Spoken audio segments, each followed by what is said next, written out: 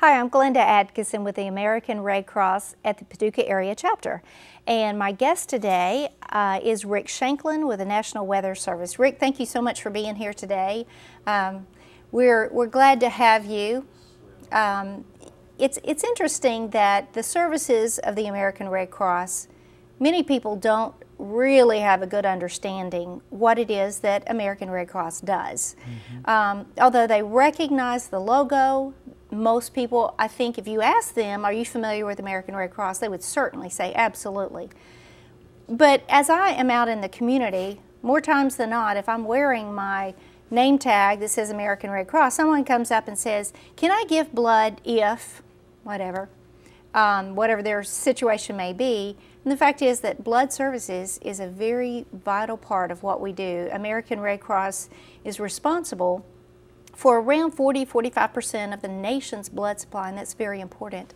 Here in Paducah, our offices are actually located in separate buildings, and the blood services is specific, it's biomedical, you know, it's out over in Paducah, it's over it's on Falcon Crest Drive, and so they kind of operate separately.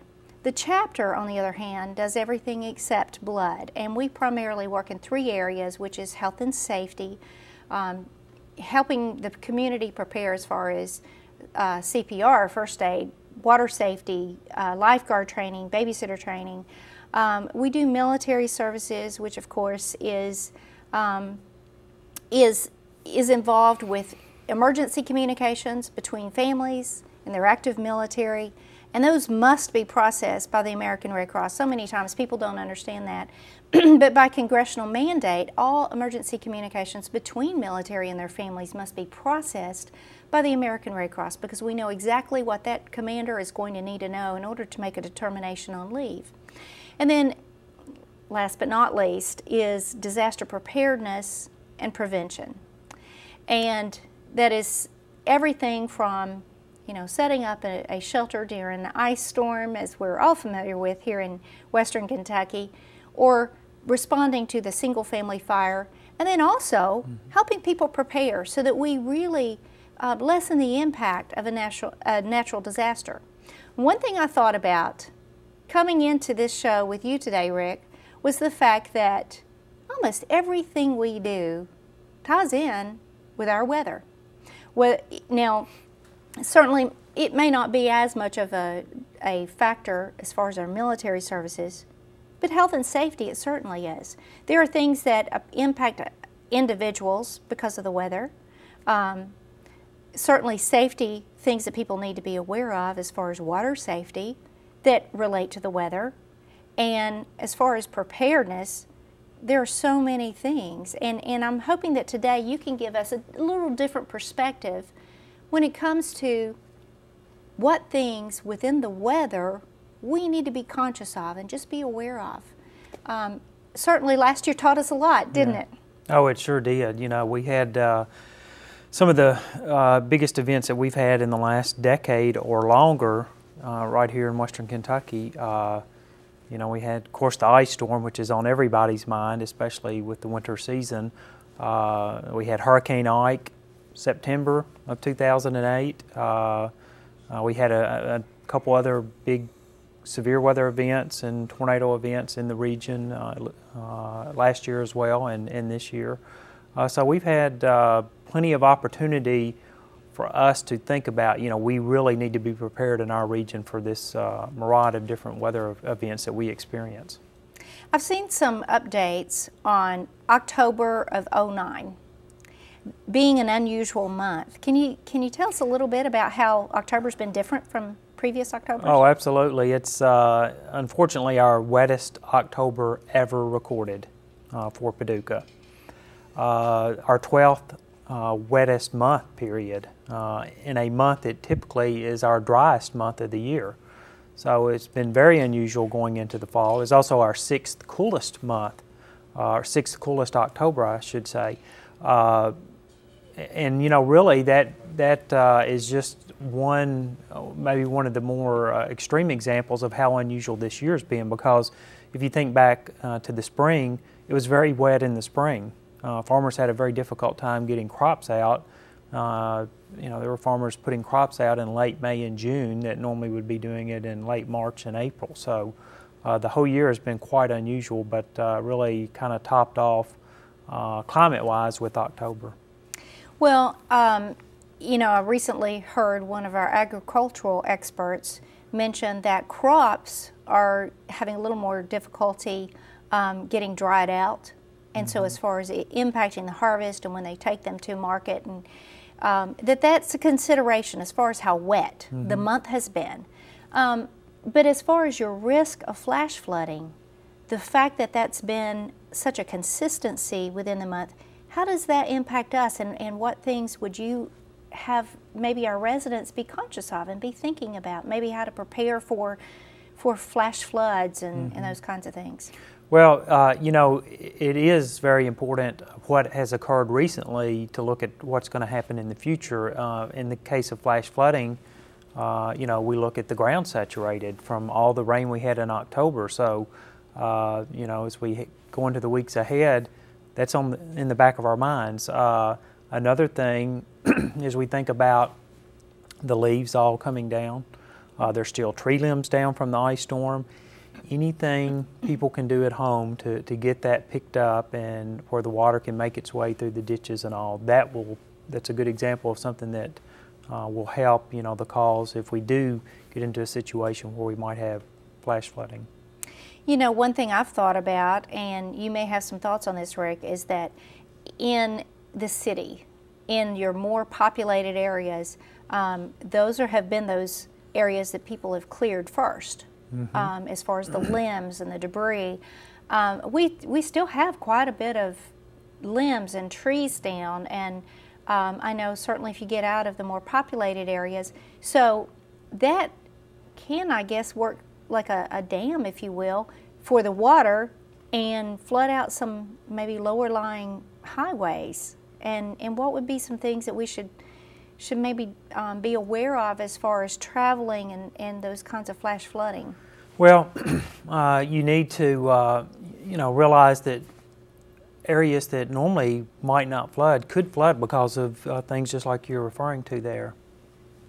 You know, I just came back from Georgia. We had the deadly floods in late September in Georgia that claimed 11 lives. And the biggest concern is where people drive into flooded roads. And most of the 11 that we lost there, it occurred at night. So that's a particularly dangerous situation.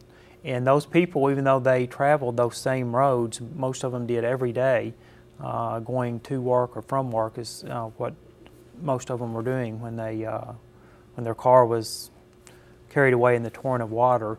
But they did not expect, you know, what occurred. So you've got to expect the unexpected when we're getting a lot of heavy rain, because an area that normally may not flood could very well flood that first time if there's enough rain or if the situation's changed because of debris in the ditches. So you just have to be ready. Does it really matter how deep? I mean, certainly it probably matters, but can you judge the depth of the water over a highway versus how strong the current is? You know, we have a slogan in the National Weather Service: turn around, don't drown. Don't try to estimate how deep the water is. You know, it only takes as little as 6 inches of water if it's flowing to sweep a smaller vehicle away. By the time you get up between 1 and 2 feet, most vehicles are swept off the road.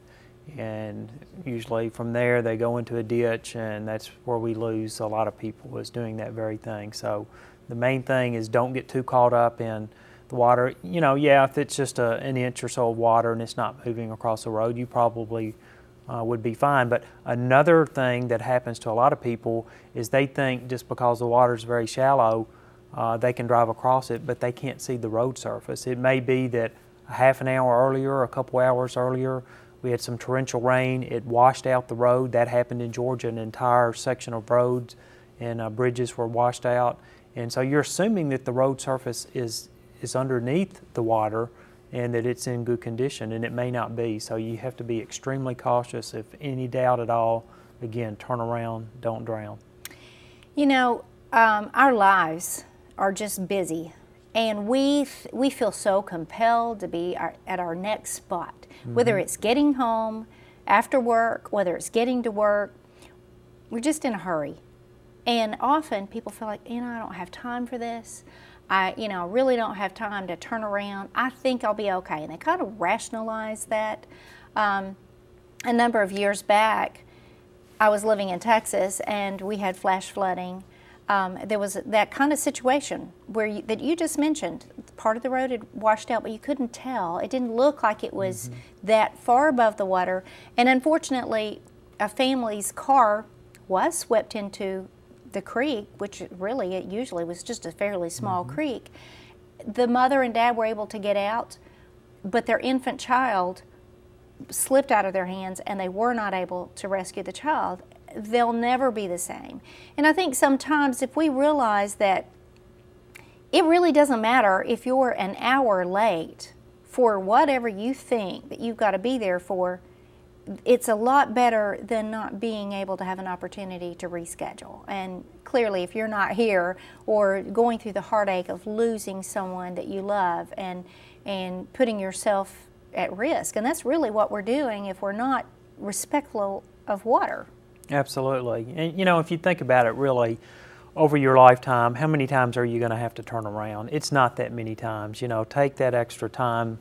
I know it's an inconvenience, but it's claiming lives. And you mentioned a young child. That was one thing that happened in Georgia. If you live next to a stream, you got to be really conscious of rising water. There was a family. They had 2 children.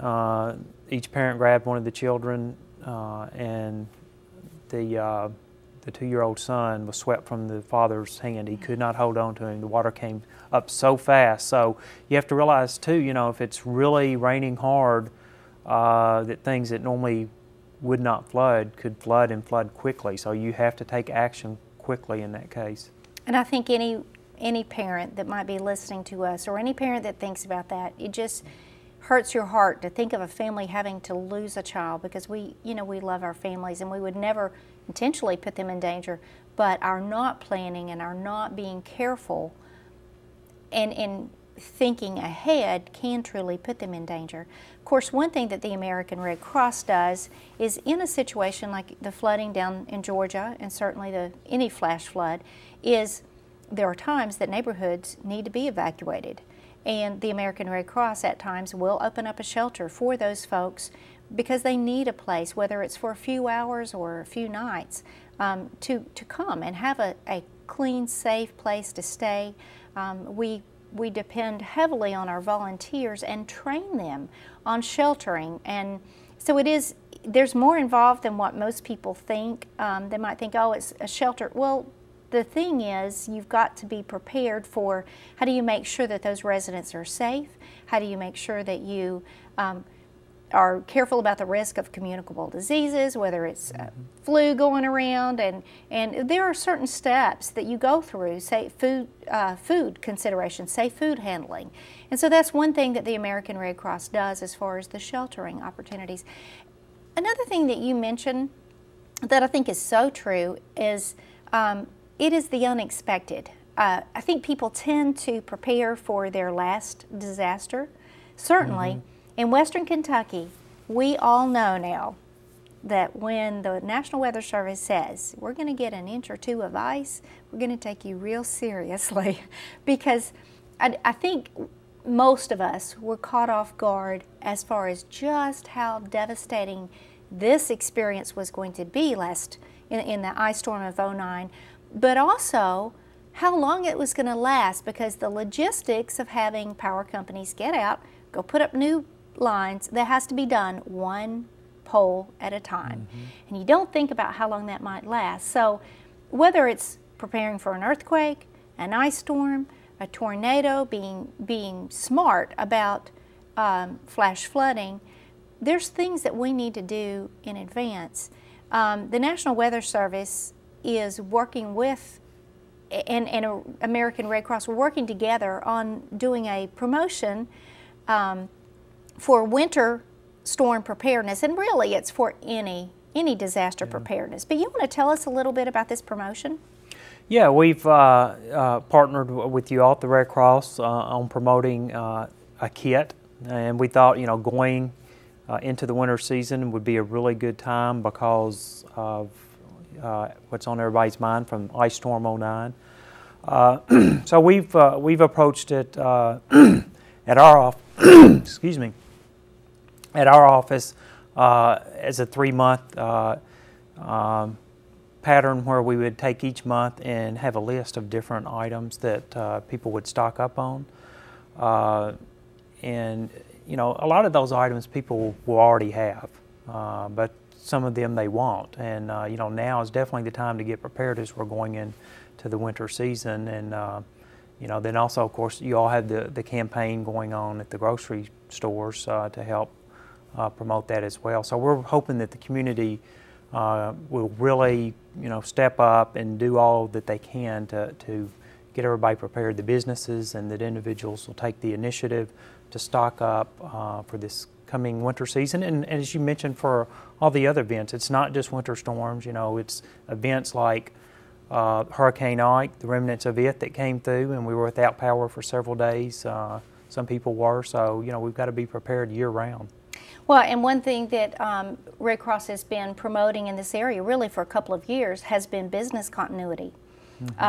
The financial impact on a community if any business goes down for a couple of days has such a ripple effect throughout the community. You take any organization that is without power and they don't have a continuity plan, they're not going to be able to be in business tomorrow. Well, 2 or 3 days of that can have a huge impact, maybe even more if they are the only area that is affected, because certainly their competitors are out there and they're up and running, so it will certainly impact that business. But you think about the individuals that may get paid by the hour. If they're not able to work, then are they going to be spending money? How's that going to impact their family? And it just has such a ripple effect. So certainly businesses need to prepare, and you are right that it's the unexpected.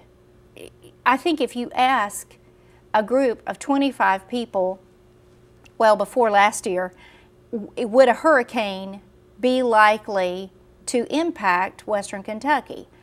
Very few of them would have said yes on a hurricane, but it did come through. And our chapter assisted several families who had a tree fall through their home. So it can be anything. But those items that the National Weather Service is promoting, as well as Red Cross, that need to be in a preparedness kit really are kind of an all hazards preparedness, because we don't know. We don't know if it's going to be something that's going to be in only our home. If it is, power outage can be an inconvenience. Certainly if it's sub-freezing temperatures, it was felt like more than an inconvenience, and it can be deadly in that situation, especially prolonged power outage. But it doesn't have to impact us so severely if we're prepared. One thing that the National Weather Service brought into this preparedness project that I really liked was breaking it down into those 3-month, and it could be any 3 months of the year, but breaking it down month by month, what you focus on getting in your preparedness kit. And why did you all decide that was a good deal? Because we thought it was a wonderful, wonderful idea. Well, we think it's more practical for a lot of people to, cost-wise, to break it down like that, so they won't be incur, so much expense up front getting everything. But again, I think, most people probably have at least part, if not most, of the things in the kit. But, it's very important to go through and look and see what you don't have. There may be things you never thought of, and, we've all learned a lot from the ice storm of what we do need to have. You mentioned the businesses, even at the office in Paducah, as many backup capabilities that we have at the National Weather Service. There were some things that we realized we need to step up even more so on these different things. Communication, for example. Communication was a very major concern during our recent ice storm, and we have become, as a society, very dependent on our technology. some people feel like they're going through withdrawal if they don't get on Facebook every day or the internet every day. Yeah. But certainly, as far as remembering phone numbers, for example, that's not something that we have committed to memory as much now as we once did, simply because we don't have to remember phone numbers. They're stored in our cell phone, so we just pick it up and dial the number. Mm-hmm. Sometimes landlines may be available, but the cell phone towers may not be. And if, you know, just having a printed copy of those critical phone numbers mm-hmm. is an important thing to do. For your children, that's an important thing to do, because often children, if they have a plan, they just are not affected emotionally as much, and really that's true for adults as well. But certainly, as far as the insecurity of a child, if you equip them with a plan, okay, if something happens and you can't get in touch with me, here's the number, put this in your backpack, keep this, it helps them. And this kit that we are asking people to please put together, we really need to have one not only in your home, but in your car as well.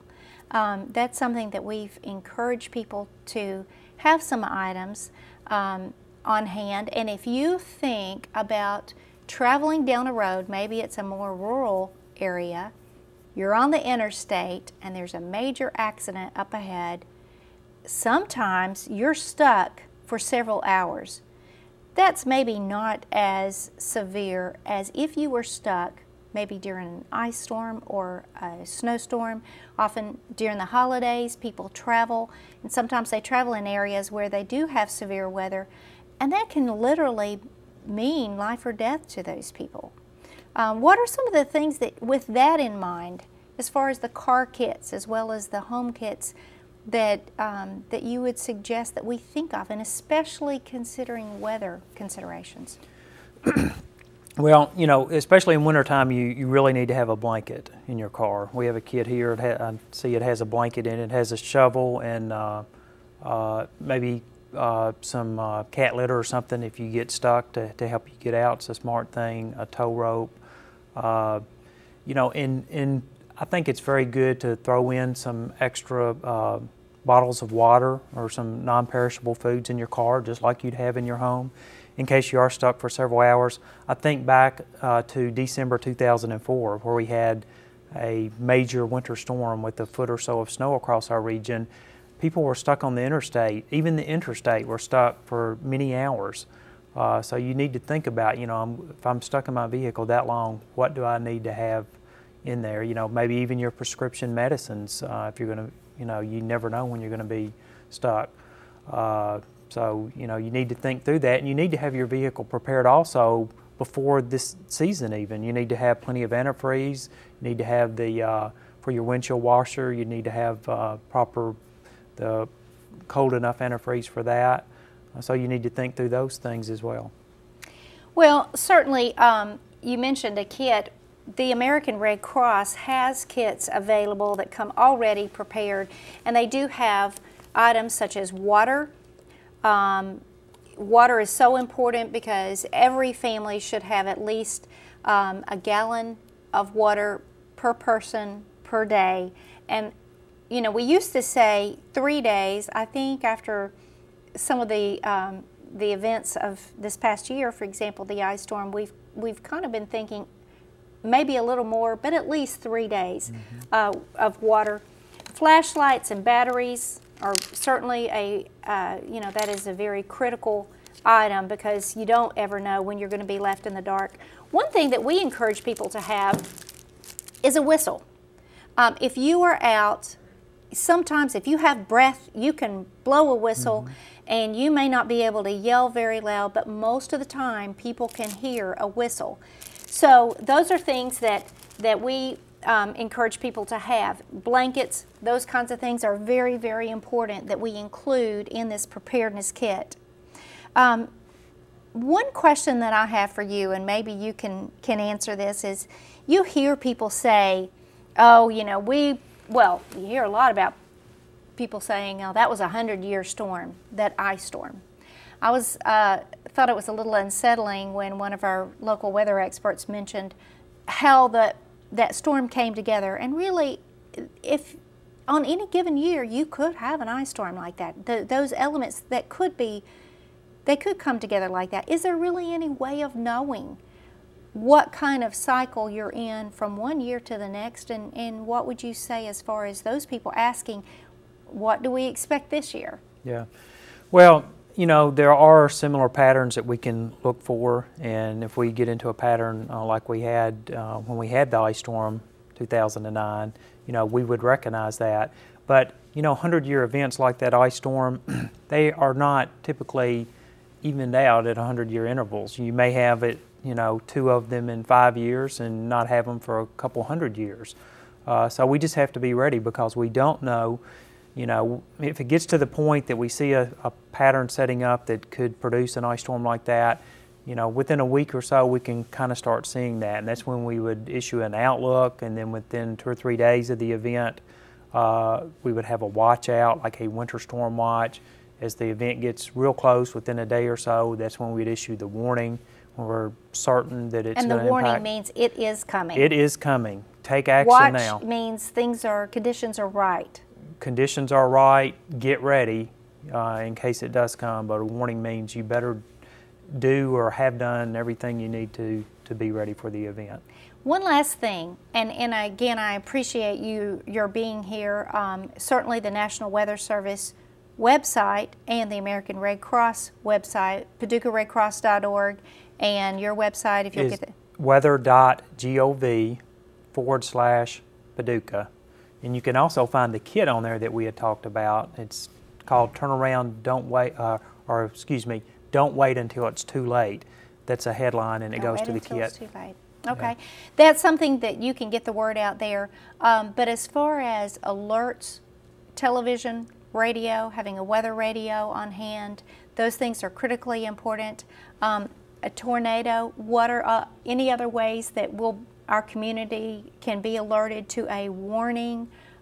Anything else that you would suggest as far as, other than the weather radio, as far as listening to alerts? Well, you know, you can actually sign up for services on your cell phone. Most everybody has a cell phone now, so you can sign up for different services. I think maybe a local TV station provides that service, for example.